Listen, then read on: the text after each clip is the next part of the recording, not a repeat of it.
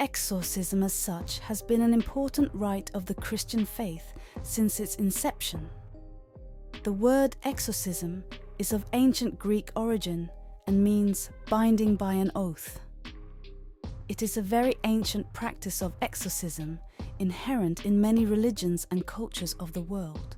The priest, who is actually an intermediary between God and an ordinary believer, performs the rite of exorcism by the power of prayer in the name of the Lord and all the saints, forcing them to obey and leave the body of the possessed. During the first few centuries, exorcisms could be performed by all believers, and they played an important role in attracting outsiders to the growing faith. In other words, it was a kind of propaganda element that confirmed the power of the Church against Satan. With the spread of Christianity throughout the Roman Empire, exorcism evolved from a form of charismatic healing of the laity to a miracle performed by persons of exceptional spiritual authority.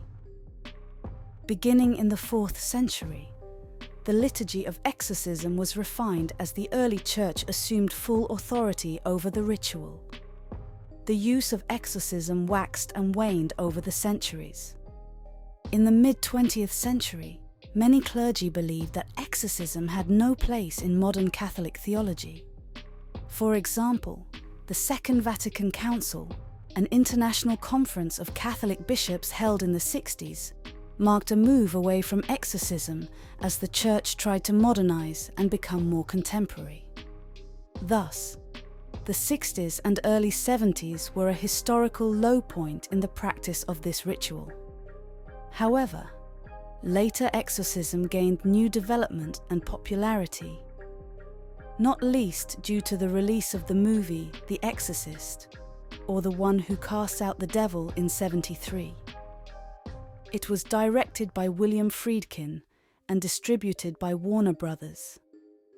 It is probably difficult to overestimate the influence of this film on the popularization and development of exorcism in modern years.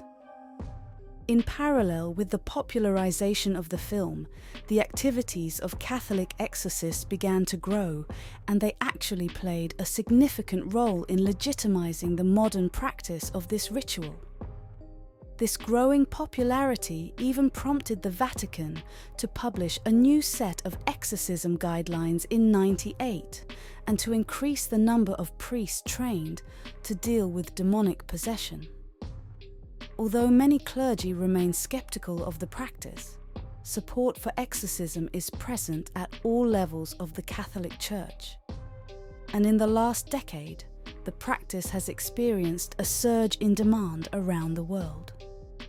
A minor exorcism consists of sacraments and blessings used to cure demonic influence. Usually, the priest reads a prayer or incantation over the patient. A great exorcism is performed only when there is an obvious case of demonic occupation, and not all priests can perform it. Only true exorcists can.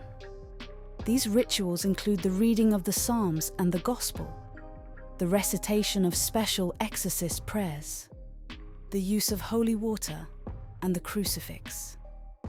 The exorcist may also use the laying on of hands as well as breathing on the person's face. For the most part, the Church requires a thorough medical and psychiatric examination before such a serious exorcism is performed. I would add that modern medicine considers possession as a special case of mental disorder. The so-called possessed are characterized by classic symptoms of hysteria, manic syndrome, psychosis, Tourette's syndrome, epilepsy, schizophrenia, or split personality. In the case of split personality, for example, 29% of the alter ego respondents considered themselves a demon. In addition, there is a form of paranoia called demonomania, or demonopathy, in which the patient believes that he or she is possessed by one or more demons. Scientists attribute some cases of healing of such patients through exorcism to self-hypnosis. It is noted that some people who considered themselves possessed actually suffered from narcissism or low self-esteem and acted as demon-possessed to attract attention. When the audience disappeared, so did the patient's obsession. The main signs of possession, according to Catholic doctrine, are when a person speaks in languages they do not know, demonstrates knowledge of events or people they could not possibly know, or shows physical strength far beyond what would be expected of their physique.